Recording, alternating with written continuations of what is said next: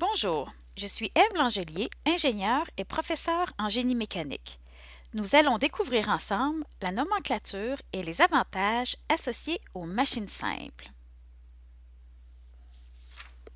Dans cette capsule, nous examinerons les poulies. Nous nous restreindrons aux poulies simples. La poulie est une machine simple. Elle est constituée d'une roue qui est utilisée avec une corde, un câble ou une chaîne.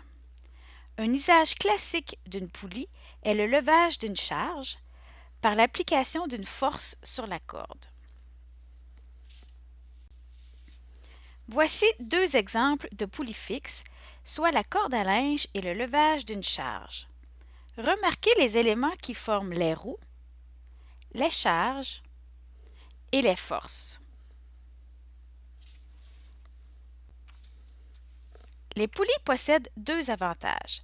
Regardons ensemble le premier avantage. On peut l'observer dans la situation illustrée ici. La poulie fixe permet de soulever ou déplacer une charge dans un endroit restreint, comme un puits. Regardons maintenant le second avantage. Pour l'illustrer, nous utiliserons l'exemple du levage d'une charge. Sans poulie, il faut exercer une force vers le haut pour soulever la charge. À l'aide de la poulie fixe, nous pouvons changer la direction de la force utilisée pour soulever la charge.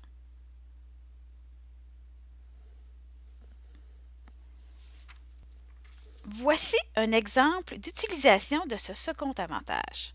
Remarquez que la poulie permet de tirer une charge dans une direction différente de la force.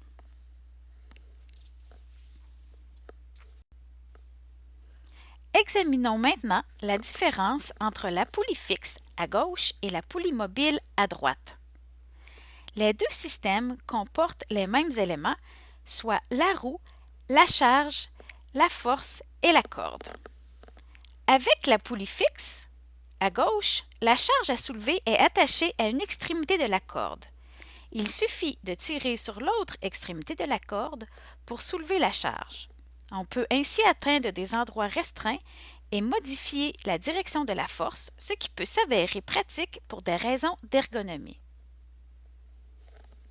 C'est ce type de poulie que les élèves testeront dans le cadre des expérimentations de la trousse didactique, un safari photo hors de l'ordinaire au Labosphère.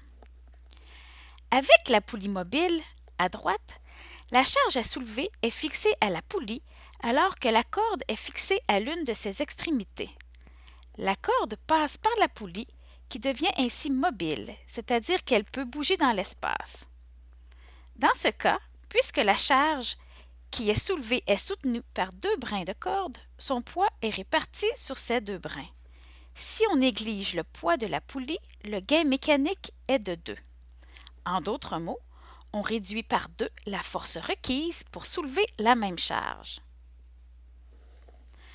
En contrepartie, on multiplie par 2 la longueur de corde à tirer pour effectuer le même déplacement.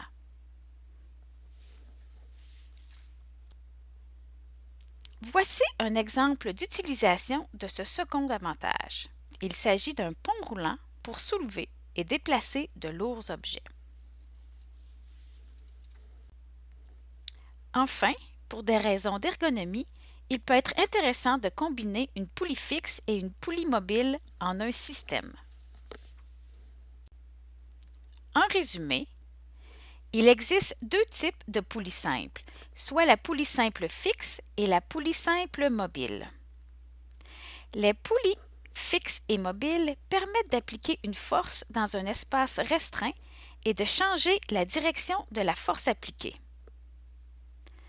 En outre, la poulie mobile permet de réduire la force requise pour effectuer un travail, mais exige en contrepartie un plus grand déplacement de l'extrémité du câble. On peut combiner les poulies fixes et mobiles pour en faire des systèmes.